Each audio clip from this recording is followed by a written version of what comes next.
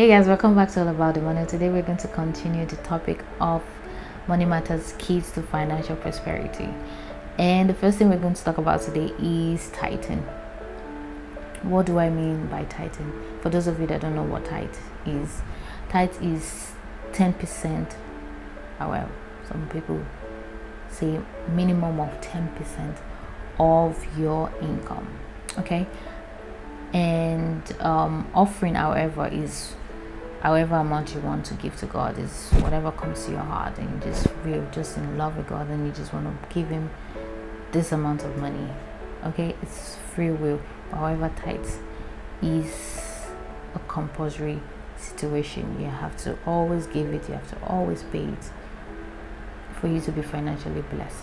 Okay, because the Bible says in Malachi 3 verse 10 that bring the whole tithe into the storehouse, that there may be food in the house. Test me in this, saith the Lord Almighty, and see if I will not throw open the floodgates of heaven and pour out so much blessing that there will be no room enough to store it. This is pretty much self-explanatory. The Bible says, bring your tithe, test him with your tithe, paying your tithe diligently, and God is going to open up the floodgates of heaven and pour you down blessing that there will not be enough room to store it. It's going to be like the time that Jesus Christ made Peter to throw his net, and by the time he pulled it up, there was not enough room for the fish to stay in his net because it was over. The fishes that he got was beyond his expectation. He had to call people to come help him so that he can be able to pull out the net. And so this is exactly, that's a prototypical situation that has happened in the New Testament when the Lord was talking about this. So that's tithing for you. Pay your tithe 10%, minimum of 10%, and God's going to bless you. This is probably is not something that a lot of people know, and I'm glad I remembered to incorporate this when it comes to this session of financial prosperity. That if you are a person that has there are two types of tithe for people that has their own business, they own their own business, or have an investment here or there. You're supposed to pay two types of tithe: personal tithe and corporate tithe. What do I mean by personal tithe? Personal tithe should be tithe that you pay on your own salary, or either you're earning salary or wages. So that's the tithe that you take home every month or every week or bi-weekly, however they pay you, is your personal tithe. So remove 10% or more than 10% if you will, or not less than 10%, and give to God. However, corporate tithe is most especially for people that have investments, businesses. You're supposed to take out of that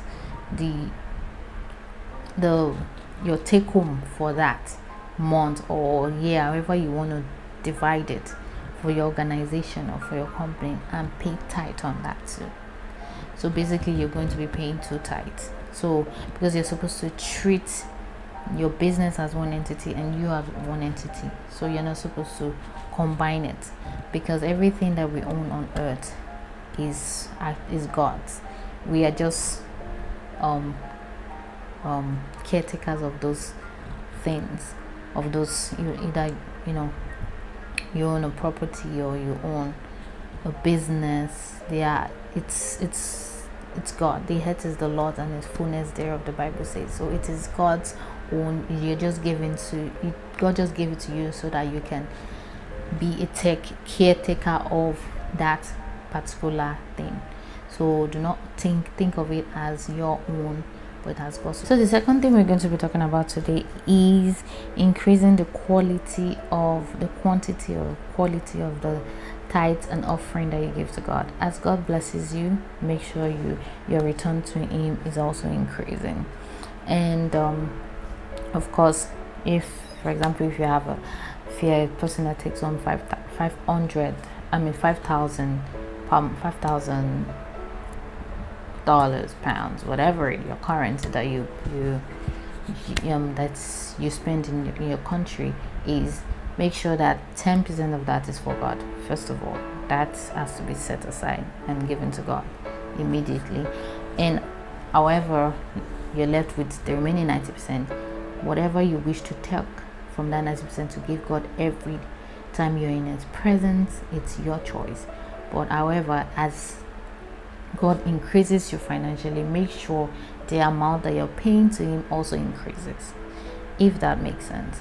So increase God's blessing, increase your contribution to God's kingdom as it blesses you.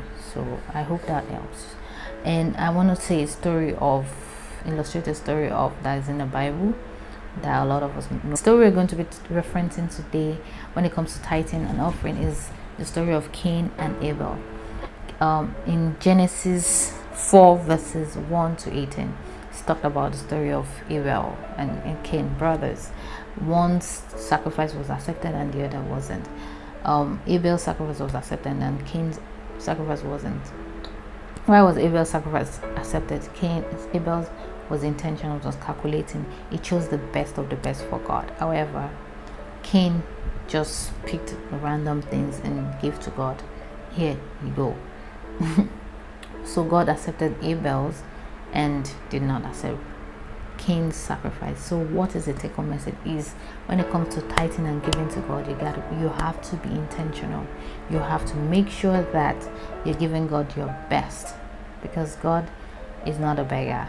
He doesn't need your money. Instead, you need Him. You need His blessing. So you are the one that needs to make sure that you're doing it right so that He can bless you more. The earth is the Lord and His fullness thereof. So everything in this world, everything that we own is for God. He's actually giving it to you, loaning it to you so that you can live a comfortable life on earth and display His goodness, representing Him on earth. So you are the one that needs God. God doesn't need you. So paying your tithes is of your own advantage and giving offerings of your own advantage, not of God. So this is going to be the end of this session that we're going to be talking about. Of course, I hope you've learned something new from this, and please be sure to look forward to the next series, to the next session, to the next part. And thank you so much for watching. Stay blessed. Bye.